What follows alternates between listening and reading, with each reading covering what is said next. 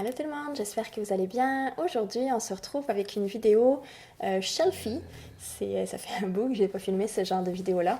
Dans le fond, le but de cette série-là, c'est de vous montrer ce qui est sur l'étagère de jeux, dans mon coin jeu. Et vous aurez peut-être remarqué, mais mon coin jeu a changé. Au début, il était de l'autre côté de la pièce, à côté de la fenêtre. Et là, on l'a mis sous l'escalier. Enfin, ici, il y a mon escalier qui monte à l'étage. Et on avait déjà le coin lecture qui était là. Je trouvais que ça fitait un petit peu mieux, c'était moins dans le passage, puis c'était un espace qui était un petit peu perdu. Et là, comme on a Maisie qui s'est rajoutée à la famille, ben, ça va permettre de rendre cet espace-là un petit peu plus évolutif. Donc là, pour le moment, Maisie, elle a un tapis au sol, là, dans le coin le plus bas de l'escalier, et l'étagère est juste à côté, ici. Aujourd'hui, je vais vous montrer ce que Maël a sur son étagère. Maël, il a 2 ans et demi, un tout petit peu plus que 2 ans et demi. Et Maisie a 3 mois, en fait presque 4 mois. Elle n'a pas encore grand-chose dans son coin. Elle n'a pas encore d'étagère à elle. Mais je vais vous montrer aussi là, qu'est-ce qu'il y a dans son petit panier.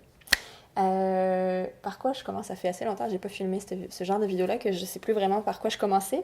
Mais en gros, Maëlle, en ce moment, ses intérêts, c'est surtout les voitures. Tout ce qui est engin, qui bouge, qui roule, qui vole. Et ouais, c'est pas mal ça. Les blocs. Les blocs, je les ai plus ici. En fait, maintenant, les blocs, je les sors juste à certains moments de la journée parce que je trouvais que c'était trop...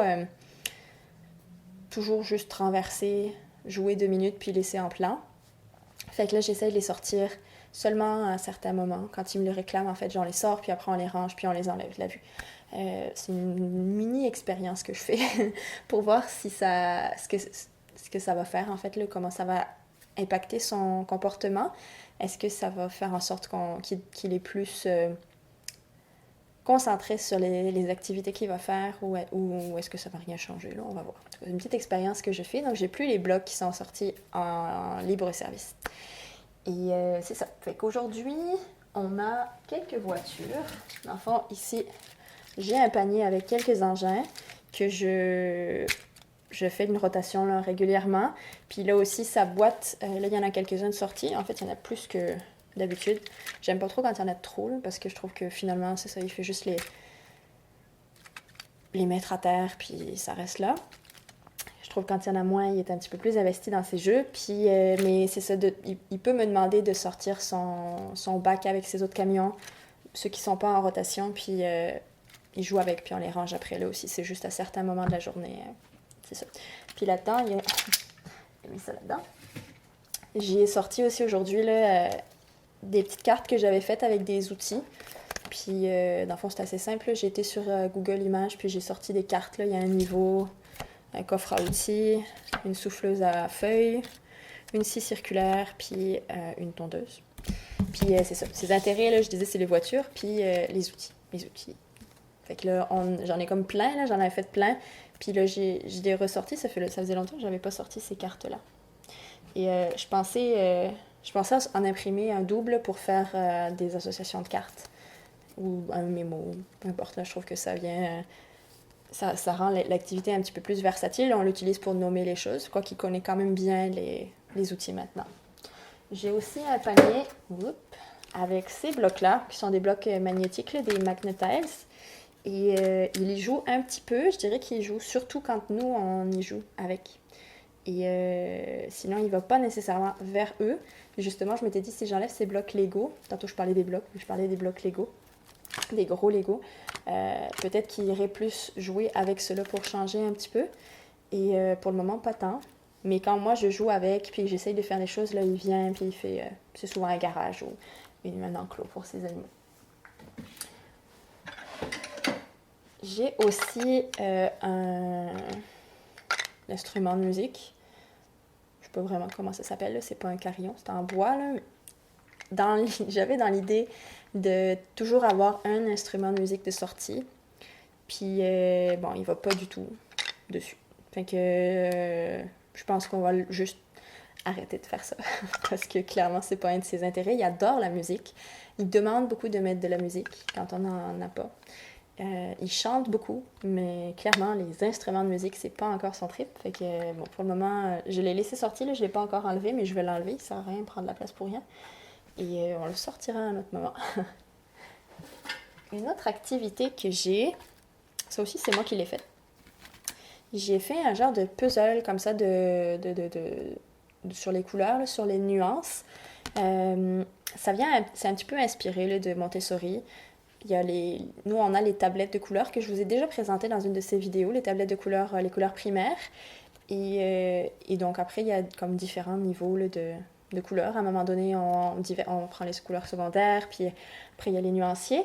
Et donc là, moi, ce que j'ai fait, c'est que j'ai été à la quincaillerie chercher des petits nuanciers comme ça, puis j'en ai pris 2, je les ai plastifiés, et après, j'en ai découpé un comme ça, fait que là, on a les 4 parties.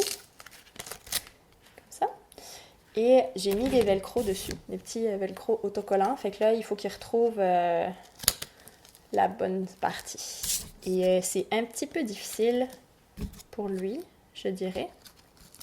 Il n'arrive pas vraiment à le faire. Puis au début, je le dirigeais. Je disais, ça n'a pas l'air d'être la bonne couleur. Puis là, tantôt, j'ai comme essayé de juste laisser faire. Puis je ne l'ai pas mis dans le bon ordre. En tout cas, peu importe.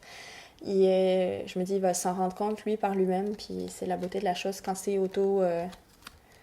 auto-correct. En tout cas, il peut faire la correction tout seul, là, parce que la couleur est derrière. Donc, à un moment donné, il va réaliser que c'est pas les bonnes couleurs. Fait que je me dis que je vais juste laisser aller et le laisser faire tout seul, cette activité-là. Ensuite, autre activité... Ici, j'ai une tour rose, la tour rose Montessori, qui est un matériel sensoriel dont on parle quand même beaucoup. Et on l'a reçu la semaine passée. Je l'ai commandé la semaine passée. C'est pas la vraie. Normalement, la vraie tour rose le gros cube fait 10 cm par 10 cm. Puis on diminue d'1 cm cube à chaque fois. Moi, là, ça commence à 7 cm. Parce que ça coûte super cher le matériel Montessori. Puis là, moi, ce que j'ai trouvé, c'était toujours comme ça. Puis on voit que c'est vraiment pas de la qualité. Là, honnêtement, il y a déjà des encoches dessus. Mais bon, hein? On laisse aller là-dessus. Avoir eu... il n'y a pas beaucoup de boutiques de matériel Montessori au Canada. Souvent, c'est Amérique. En Europe, vous êtes un petit peu plus chanceux. Là. Il y a quand même plus c'est un petit peu plus répandu. Donc, on peut avoir accès à des choses un peu moins chères puis qui sont correctes, mais bon, voilà. Fait que là, ce que j'ai fait, c'est que j'ai montré une première fois, puis là aussi, là, je trouvais que j'insistais un petit peu trop sur la bonne manière de le faire, puis en fait, il n'y a pas vraiment de bonne manière de le faire. C'est sûr que on peut les mettre du plus gros au plus petit, mais c'est pas parce qu'on les met différemment que c'est une mauvaise manière. Fait que là aussi, je me suis dit que j'allais juste le laisser explorer, puis peut-être qu'à un moment donné, il va comprendre de lui-même que on peut les mettre d'ordre croissant ou peu importe. Fait que là, j'y ai mis ici sur un petit plateau. Il faut que je le surveille quand il l'utilise parce que des fois, il le jette. Puis c'est quand même lourd. Oups, là. Et dernière activité, c'est ici, j'ai 3 animaux chelés. La girafe, le zèbre, le tigre. Et bon, il les prend souvent pour jouer. Mais à côté, il y a des cartes que j'ai faites moi aussi. En fait, je les ai prises. Je me souviens plus de où je les ai prises, mais je pourrais vous le mettre dans la barre d'infos. Parce que c'est pas moi qui les ai faites. Fait qu'on a la carte d'association de l'animal. C'est pas les cartes... c'est pas les figurines chelées qui sont sur les photos. C'est les vrais animaux. Fait que c'est quand même... Ils sont pas nécessairement dans la même position. Et j'ai aussi les cartes des motifs de pelage. Fait que c'est encore là de l'association.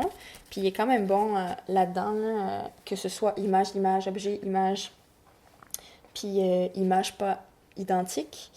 Et c'est ça, les animaux, ils les utilisent pour jouer aussi. Là. C'est vraiment pas restreint à juste cette activité-là. Puis sur le dessus de mon étagère, il y a une sculpture en Lego qu'ils ont fait tout à l'heure avec mon chum, un autre camion, et il y a un plateau avec des billes qu'il utilise avec ses camions là, comme pièce libre. Fait que c'est ça. J'essaie de regarder. On a aussi, tantôt on a descendu ça. On a descendu le boulier d'Ikea. Mais elle avait jamais vraiment voulu jouer avec ça. Puis hier, il a voulu jouer. Hier, avant-hier, il a voulu jouer avec. Et depuis, il triple dessus. Fait qu'on l'a descendu tantôt. Il était dans sa chambre avant. J'ai aussi dans sa salle, dans son coin, pas sa salle, j'ai aussi une boîte comme ça avec des choses. Puis je vais vous en parler un petit peu plus en détail là-dessus de ça. Là. C'est comme notre panier de retour au calme. Et il commence à être un peu plein, là, ce panier-là. Fait qu'on va voir là, comment il y a des balles, des choses à mordre, des peluches, tout ça. Mais ça, je vous en parlerai dans une autre vidéo plus spécifique. Pour Maisie, il n'y a pas grand-chose pour elle. Puis il y a un des hochets que je ne trouve pas, mais elle jouait avec, puis je le trouve pas. J'ai ce premier hochet-là qui est... c'est 3 anneaux... 3 anneaux ensemble. Ça fait partie d'une série de hochets Montessori. Et ça aussi, je vais vous faire une vidéo vraiment plus spécifique là-dessus là, pour vous en parler plus en détail du pourquoi, du comment. Mais elle a commencé à attraper puis à tenir un peu mieux les choses dans sa main. Fait que là, j'y donne ça. J'y propose à côté de sa main, puis souvent, elle finit par l'attraper. Et on voit là, que petit à petit, elle tient de mieux en mieux. Puis l'autre hochet que je ne trouve pas, on va prendre ça à la place. Ça ressemble un petit peu à ça. C'est une petite tige en bois avec 2 grelots, un grelot de chaque côté.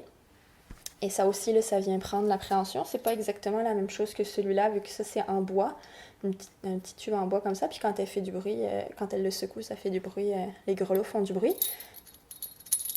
Puis ça aussi, ça fait du bruit quand elle le bouge. Ça, c'est en acier. Fait que c'est plus froid. C'est pas les mêmes sensations quand on touche. Fait que là, elle a ces 2 hochets-là. J'y mets aussi sa balle de préhension comme ça. Dans le fond, j'y mets soit au niveau de ses pieds, soit au niveau de sa poitrine, un petit peu plus haut au niveau de sa poitrine, pour soit qu'elle pousse avec ses mains, soit avec ses pieds. Et c'est ça, elle a commencé à donner des coups de pied, puis à essayer d'attraper les choses. Fait que ça vient la stimuler dans ce sens-là. Puis ça, c'est moi qui l'avais fait quand Maëlle était encore dans mon ventre. Donc, Maëlle a joué beaucoup avec ça, puis on l'utilise vraiment dans plein de jeux différents. Là. Je l'ai comme accroché, j'ai accroché ça vraiment très système D. Là. J'ai accroché un élastique avec un mousqueton, ça c'est du fil de pêche pour l'accrocher dans les airs, puis au-dessus de mon escalier, comme sur une des marches de l'escalier, j'ai mis du fil de fer, du fil de pêche. Et je peux l'accrocher comme ça. Puis là, au-dessus d'elle, elle a ce mobile-là qui est... Elle avait ce mobile-là qui est le mobile de Gobi que j'ai fait moi-même, qui n'est pas exactement le mobile traditionnel, c'est fait différemment, mais bon, c'est le même principe. Et dans son autre coin où elle a un tapis, là, j'y mets aussi le mobile des danseurs, selon les moments. Tu te réveilles? J'ai fini. Je viens de réaliser j'ai une chose que je ne vous ai pas montrée. C'est ça. Pour Maëlle, j'ai 2 cartes, 2 lettres rugueuses. Voyons, ouais, comme ça. 2 lettres rugueuses, là, le M et le A, qu'on utilise vraiment pas de manière stricte. Là. Elles sont là, des fois il explore un petit peu, puis il connaît quelques mots qui commencent par M, puis quelques mots qui commencent par A, puis j'insiste un petit peu là, mais j'insiste pas sur l'utilisation de ce matériel-là. Il est encore un petit peu tôt, mais je l'ai juste mis dans son environnement. Donc c'est ça, c'est tout ce que je voulais vous dire pour aujourd'hui. J'espère que vous avez aimé cette vidéo. Si jamais c'est le cas, n'hésitez pas à la liker et à vous abonner à ma chaîne aussi si vous ne l'êtes pas encore. Dans le fond, sur ma chaîne, je parle de parentalité bienveillante, de pédagogie alternative, dont la pédagogie Montessori. Et régulièrement, comme ça, je partage ce qu'il y a sur les étagères de mes enfants maintenant. Et le but de cette série-là, là, c'est vraiment pas de pousser à acheter des jouets dont on n'a pas besoin, là, vraiment pas. C'est, comme vous l'avez vu, là, ce mois-ci, il y a quand même beaucoup de choses qui sont faites maison. Mais c'est ça, c'est plus pour partager un petit peu, là, des fois en manque d'inspiration, puis aussi de montrer que comment, en suivant les intérêts de son enfant, on peut aménager l'environnement et mettre à sa disposition des activités qui vont dans le sens de son développement puis de ses intérêts surtout. C'est ça, c'est tout ce que je voulais vous dire pour aujourd'hui. Puis ben, on se retrouve dans quelques jours avec une nouvelle vidéo. Bye bye!